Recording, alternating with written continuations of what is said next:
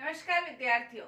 BA प्रथम वर्ष के प्रथम प्रश्न पत्र के अंतर्गत राजनीति विज्ञान के मूल आधार के अंतर्गत आज हम शक्ति के बारे में अध्ययन करेंगे।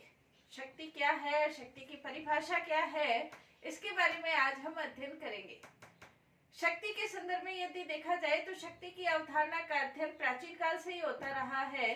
भारतीय ग्रंथों में यदि देखा जाए तो भी शक्ति के बारे में भारतीय ग्रंथों में भी कहा गया है। जैसे कौटिल्य ये कहते हैं, समस्त सांसारिक जीवन का मूल आधार दंड शक्ति है। यहाँ पर दंड शक्ति का मतलब शक्ति के आधार से ही लिया गया है। भारतीय ग्रंथों के अंतर्गत भी दंड शक्ति को एक महत्वपूर्ण अवधारणा के रूप में रूपांतरित किया गया है। पाश्चात्य विचारकों के अंतर्गत देखें तो पाश्चात्य विचारक भी शक्ति के संदर्भ में अपनी महत्वपूर्ण अवधारणा या महत्वपूर्ण विचार प्रकट करते हैं। जैसे बेकर ये कहते हैं, राजनीति शक्ति से अपृथक्य है। यदि वास्तव में देखा जाए तो सार्वजनिक जीवन को नियंत्रित करने के लिए, मनुष्य के जीवन को नियंत्रित करने के लिए शक्ति एक महत्वपूर्ण तत्व है। शक्ति के बिना राजनीतिक व्यवस्था सुचारित रूप से स्थापित नहीं हो सकती, सुव्यवस्थित रूप से स्थापित नहीं हो सकती है। इसलिए शक्ति की जो अवधारणा है वो बहुत महत्वपूर्ण तत्व बन जाता है। यदि देखा जाए तो कैटलिन के शब्दों में भी हम कह सकते हैं, राजनीति विज्ञान शक्ति का विज्ञान है। शक्ति के संदर्भ में, शक्ति के रूप में, शक्ति की परिभाषा के रूप में विभिन्न पाश्चात्य विचारकों ने शक्ति की अवधारणा को रूपांतरित किया है। शक्ति के आधार पर ही मानव को नियंत्रित किया जा सकता है, शक्ति के आधार पर ही व्यवस्था स्थापित की जा सकती है, शक्ति के आधार पर ही आपराधिक तत्वों को नियंत्रित किया जा सकता है, शक्ति के आधार पर ही दूसरे राज्यों के साथ संबंध स्थापित किए जा सकते हैं। तो शक्ति की इतनी महत्वपूर्ण अवधारणा है। लेकिन राजनीति विज्ञान के अंतर्गत यदि देखा जाए तो शक्ति क्या है और किसे हम शक्ति कहेंगे या शक्ति का वास्तविक अर्थ क्या है, इसके बारे में विभिन्न विद्वानों की अपनी अपनी अलग अलग राय है। और वो शक्ति के संबंध में हर विद्वान शक्ति का अपनी एक अलग परिभाषा के रूप में शक्ति को परिभाषित करते हैं। जैसे कुछ विद्वान ये मानते हैं शक्ति प्रभाव है, कुछ विद्वान ये मानते हैं शक्ति बल प्रयोग है, कुछ विद्वान शक्ति और सत्ता को एक ही रूप में रूपांतरित या एक ही रूप में परिभाषित करते हैं। वास्तव में शक्ति क्या है, शक्ति के अर्थ क्या है, राजनीति विज्ञान के अंतर्गत जितने विद्वान शक्ति के हैं उतनी ही वो शक्ति की भी परिभाषा देते हैं कि वास्तव में शक्ति क्या है। लेकिन यदि शक्ति का वास्तव में अर्थ देखा जाए, शक्ति क्या है, शक्ति की परिभाषा क्या है, तो उसके अर्थ के संदर्भ में यदि देखा जाए तो शक्ति, जैसे रॉबर्ट वायरस्टेड के शब्दों में हम कह सकते हैं, शक्ति बल प्रयोग की योग्यता है, न कि उसका वास्तविक प्रयोग। यानी कि वायरस्टेड ये कहते हैं शक्ति बल प्रयोग की योग्यता है। आपके पास शक्ति है और उसके आधार पर आप बल प्रयोग करने की योग्यता रखते हैं, लेकिन उसका वास्तविक प्रयोग नहीं है। यदि बल का आपने वास्तविक प्रयोग कर लिया तो वो शक्ति नहीं रहकर वो बल के रूप में रूपांतरित हो जाता है। तो शक्ति बल प्रयोग की योग्यता है, उसका वास्तविक प्रयोग नहीं है। दूसरा, जैसे मैकाइवर शक्ति को परिभाषित करते हैं, शक्ति होने से हमारा अर्थ व्यक्तियों या व्यक्तियों के व्यवहार को विनियमित, नियंत्रित और निर्देशित करने की क्षमता है। दूसरे व्यक्तियों का जो व्यवहार है आपके अनुसार नियंत्रित हो जाए, विनियमित हो जाए और आप दूसरों के व्यवहार को अपने अनुसार निर्देशित करें, ये वास्तव में शक्ति है। यानी कि एक व्यक्ति दूसरे व्यक्ति के व्यवहार को अपने अनुसार जब वो नियंत्रित करता है, निर्देशित करता है और उस व्यक्ति का व्यवहार आपके अनुसार नियंत्रित हो जाए तो उसको हम शक्ति कहेंगे। नेक्स्ट, ऑर्गेन्सी के शब्दों में हम कह सकते हैं, शक्ति दूसरे के आचरण को अपने लक्ष्य के अनुसार प्रभावित करने की क्षमता है। दूसरे व्यक्ति का जो आचरण है उसे अपने लक्ष्य के अनुसार आप किस प्रकार से संचालित करते हैं, इस आधार पर हम कह सकते हैं कि प्रभावित करने की क्षमता है। अपने लक्ष्य के अनुसार दूसरे के आचरण को जो प्रभावित करने की क्षमता आपके अंदर है तो वो शक्तिशाली कहा जा सकता है। तो सभी विद्वान अपने अनुसार शक्ति बल प्रयोग या शक्ति की अवधारणा का निर्धारित करते हैं कि शक्ति वास्तव में क्या है। लेकिन शक्ति का कई बार शक्ति को बल के रूप में, कई बार शक्ति को प्रभुत्व के रूप में और कई बार प्रभाव के रूप में और कई बार सत्ता के रूप में शक्ति को निर्धारित किया जाता है। कई बार शक्ति के संदर्भ में जो अवधारणा है वो एक गलत ट्रैक पे भी इस शक्ति का अवधारणा हो सकती है। कई बार गलत रूप में भी इसको परिभाषित किया जाता है। जैसे लॉस्की ये कहते हैं कि शक्ति भ्रष्ट करती है और निरंकुश शक्ति बिल्कुल भी भ्रष्ट कर देती है। इस तरह की जो परिभाषाएं हैं वो शक्ति को वास्तविक रूप में परिभाषित नहीं करके उसको नकारात्मक अर्थ में लेती है, जो कि वास्तव में सही नहीं है। शक्ति के आधार पर दूसरे के व्यवहार को नियंत्रित निर्देशित करना और अपने लक्ष्य के अनुसार सही दिशा की ओर नियंत्रित करना, ये वास्तव में शक्ति की सही परिभाषा कही जा सकती है। शक्ति को गलत अर्थ में निर्धारित करना यानी कि शक्ति को नकारात्मक रूप में लेना शक्ति को सही रूप में परिभाषित नहीं किया जा सकता है। तो शक्ति को कई बार बल के रूप में, प्रभाव के रूप में, सत्ता के रूप में भी शक्ति को निर्देशित किया जाता है। लेकिन यदि शक्ति का वास्तव में अर्थ देखा जाए तो शक्ति बल नहीं है, शक्ति प्रभाव नहीं है, शक्ति और सत्ता ये अलग है। यानी कि शक्ति को बल, प्रभाव या सत्ता के पर्यायवाची के रूप में हम नहीं कह सकते हैं। वास्तव में जो शक्ति है वो इन तीनों से अलग है। तो वास्तव में शक्ति क्या है या बल, प्रभाव या सत्ता से शक्ति का क्या विभिन्नता है, उसके बारे में हम अध्ययन करेंगे। पहला हम देखते हैं शक्ति और बल। कई बार शक्ति और बल दोनों को एक ही रूप में परिभाषित किया जाता है। वास्तव में शक्ति और बल एक नहीं है, बल्कि शक्ति अलग है और बल अलग है। शक्ति का प्रयोग अलग रूप में किया जाता है, बल का प्रयोग अलग रूप में होता है। जैसे वाइस्टार्ड के शब्दों में हम कह सकते हैं कि शक्ति बल प्रयोग की योग्यता है, लेकिन उसका वास्तविक प्रयोग नहीं है। जब बल का वास्तविक प्रयोग कर लिया जाता है तो वो शक्ति से हटकर बल के रूप में निर्धारित हो जाता है, बल के रूप में परिभाषित हो जाता है। वास्तव में वाइस्टार्ड ने ये कहा है, शक्ति के अंतर्गत 3 चीजें शामिल होती हैं, बल, प्रभाव और प्रभुत्व। तो शक्ति के अंतर्गत बल, प्रभाव और प्रभुत्व ये 3 चीजें हैं और उसके अंतर्गत जो बल है, शक्ति बल प्रयोग की योग्यता है, उसका वास्तविक प्रयोग नहीं है। बल के संदर्भ में हम कह सकते हैं कि शक्ति के अंतर्गत ही बल शामिल होता है। जैसे शक्ति के अंतर्गत हम कह सकते हैं कि बादलों के अंदर जैसे बिजली विद्यमान रहती है, वैसे ही शक्ति के अंतर्गत भी बल विद्यमान रहता है। शक्ति एक विस्तृत धारणा है और बल उसके अंतर्गत एक शक्ति के अंतर्गत ही बल शामिल होता है। यानी कि शक्ति को हम विस्तृत रूप में परिभाषित कर सकते हैं और बल इसके अंतर्गत शामिल रहता है।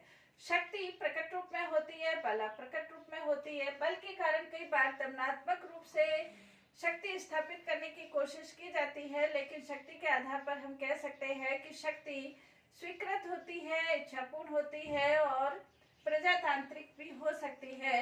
बल और शक्ति में ये अंतर है कि बल के आधार पर कई बार दंडात्मक शक्ति के आधार पर, कई बार सैनिक शक्ति के आधार पर, कई बार जोर जबरदस्ती के आधार पर, दमन के आधार पर, हिंसा के आधार पर, विरोध के आधार पर शक्ति स्थापित करने की कोशिश की जाती है। बल स्थापित या कह सकते हैं व्यक्तियों के आचरण को निर्देशित, नियंत्रित करने की कोशिश की जाती है, तो उसे शक्ति नहीं कहा जा सकता है। शक्ति मर्यादित होती है और सीमित होती है, लेकिन बल दमन के आधार पर आधारित होता है। यदि बल के आधार पर व्यवस्था को नियंत्रित करने की कोशिश की जाती है, बल के आधार पर व्यवस्था स्थापित करने की कोशिश की जाती है, व्यवस्था स्थापित करने की कोशिश की जाती है, तो वो सभ्य समाज की निशानी नहीं कही जा सकती है।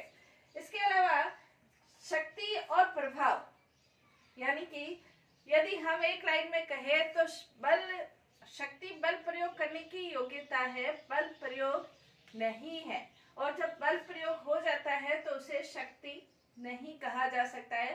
तो शक्ति अलग है, बल अलग है। दूसरा इसके अंतर्गत शक्ति और प्रभाव ये भी दोनों अलग अलग चीजें हैं। अगर कोई व्यक्ति के प्रभाव से प्रभावित होकर उसका आचरण निर्धारित होता है, निर्देशित होता है, तो उसे प्रभाव कहा जाता है। यदि शक्ति के आधार पर, यहाँ शक्ति का तात्पर्य दमनात्मक शक्ति या बलपूर्वक शक्ति का आधार है, जिसके अंतर्गत जुर्माना से लेकर प्राणदंड भी इसमें शामिल है, फांसी तक की सजा भी इसमें शामिल है। उसके आधार पर यदि व्यक्ति के व्यवहार को निर्धारित किया जाए या कानूनों को लागू करने की कोशिश किया जाए या व्यवस्था स्थापित करने की कोशिश की जाती है, तो उसे शक्ति कहते हैं। प्रभाव का तात्पर्य जब व्यक्ति दूसरे के प्रभाव से प्रभावित होकर स्वयं उसका आचरण में परिवर्तित हो जाता है, तो वो प्रभाव कहा जा सकता है। यानी कि दूसरे व्यक्तियों को व्यक्ति में इतना ज्यादा विश्वास होता है कि उसको ये लगता है कि ये व्यक्ति नेतृत्व जो करेगा वो सही दिशा में करेगा, देश को सही दिशा में आगे बढ़ाएगा, उसमें विश्वास होता है, तो वो उससे प्रभावित होता है, उसके गुणों से प्रभावित होता है, उसके त्याग से प्रभावित होकर यदि व्यक्ति का आचरण निर्देशित होता है, नियंत्रित होता है, तो उसे प्रभाव कहा जा सकता है। तो शक्ति अलग है, प्रभाव अलग है। शक्ति और प्रभाव को यदि अंतर देखा जाए, दोनों में अनेक प्रकार की असमानताएं हैं। शक्ति दमनात्मक हो सकती है और अदमनात्मक दोनों ही हो सकती है, लेकिन प्रभाव हमेशा अदमनात्मक होता है। दूसरे का व्यवहार बिना किसी दमन के, बिना किसी जोर जबरदस्ती के व्यक्ति स्वयं किसी के आदेशों का पालन करता है। प्रभाव के अंतर्गत शक्ति सहमति पर भी आधारित हो सकती है, असहमति पर भी आधारित हो सकती है। आप किसी की बात को स्वीकार करें या नहीं करें, लेकिन शक्ति के आधार पर आपको कानूनों का पालन करवाया जा सकता है। लेकिन प्रभाव के अंतर्गत हमेशा सहमति के आधार पर ही प्रभाव निर्धारित होता है। शक्ति सीमित होती है, आप सीमित क्षेत्र के अंतर्गत ही कानूनों का पालन करवा सकते हैं, लेकिन प्रभाव असीमित होता है। प्रभावित व्यक्ति से व्यक्ति जो चाहे वो कार्य करवा सकता है, तो असीमित होता है। शक्ति निश्चित होती है, प्रभाव अनिश्चित होता है। क्यों व्यक्ति किसी के व्यवहार से प्रभावित हो रहा है, इसके बारे में निश्चित रूप से नहीं कहा जा सकता है। शक्ति निश्चित होती है, प्रभाव व्यक्तिगत होता है। प्रभाव किसी व्यक्ति विशेष से प्रभावित होकर व्यक्ति का व्यवहार निर्धारित होता है। शक्ति मूर्त होती है, प्रभाव अमूर्त होता है। तो शक्ति अलग है, प्रभाव अलग है। शक्ति के अंतर्गत व्यक्ति को शक्ति के आधार पर नियंत्रित किया जाता है। प्रभाव के अंतर्गत व्यक्ति स्वयं किसी से प्रभावित होकर उसके गुणों से, उसके सम्मान से, उसके किस आधार पर प्रभावित होकर व्यक्ति स्वयं नियंत्रित होता है। तो शक्ति असीमित है, या कह सकते हैं दमन पर भी आधारित हो सकती है, लेकिन प्रभाव स्वेच्छा से व्यक्ति नियंत्रित होता है। शक्ति और प्रभाव में ये अंतर है। नेक्स्ट इसके अंतर्गत शक्ति और सत्ता। शक्ति और सत्ता दोनों एक नहीं है। शक्ति के आधार पर जैसे इसको हम ऐसे समझ सकते हैं कि जब एक देश या एक व्यक्ति दूसरे राज्यों के ऊपर अपना अधिकार कर लेता है, तो वो अधिकार शक्ति के आधार पर वो प्राप्त करता है, अधिकार करता है, अनाधिकृत अधिकार भी कर लेता है। लेकिन जब उसे जन स्वीकृति प्राप्त हो जाती है, तो उसे हम सत्ता कह सकते हैं। तो सत्ता यानी कि वैदिक आधार पर, परंपरागत आधार पर, करिश्मावादी आधार पर, किसी भी आधार पर व्यक्ति अपनी सत्ता प्राप्त जब कर लेता है, यानी कि जन स्वीकृति उसे मिल जाती है, तो उसे सत्ता कहा जा सकता है। सत्ता के अंतर्गत हम देख सकते हैं कि जैसे पत्रकार है, कोई समाज सेवक है या जन सेवक है, लोग उनकी बातों का स्वतः ही पालन करते हैं, तो उन्हें स्वतः सत्ता प्राप्त होती है। हालांकि उनके पास शक्ति नहीं होती है, लेकिन फिर भी उनके अंतर्गत इतनी क्षमता होती है कि वो लोगों के व्यवहार को प्रभावित कर सकते हैं। कहने का तात्पर्य ये, सत्ता का तात्पर्य जन स्वीकृति यानी कि जनता की सहमति हो सकती है। लोकतंत्र के अंतर्गत ये आवश्यक है कि जनता की स्वीकृति या जनता की जन स्वीकृति के आधार पर ही जो प्रतिनिधि है, जनता के प्रतिनिधि है, वो अपना कार्य करते हैं। यानी कि लोकतंत्र में सत्ता की अनिवार्यता आवश्यक है, जनता की स्वीकृति आवश्यक है, वरना वो शासन लोकतांत्रिक शासन नहीं कहकर उसे हम अधिनायकवादी शासन कहा जा सकता है। शक्ति, सत्ता, प्रभाव और बल तीनों में अंतर है। शक्ति अलग है, बल अलग है, प्रभाव अलग है और सत्ता अलग है। यानी कि एक शब्द में यदि देखा जाए तो शक्ति बल प्रयोग करने की योग्यता है, बल प्रयोग नहीं है। तो शक्ति और बल अलग हुए।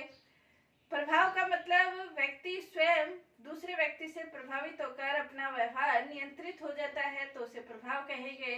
जब शक्ति को जन स्वीकृति प्राप्त हो जाती है तो उसे हम सत्ता कहेंगे। है तीनों अलग अलग। इसके अलावा शक्ति के विभिन्न प्रकार भी बताए हैं विद्वानों ने।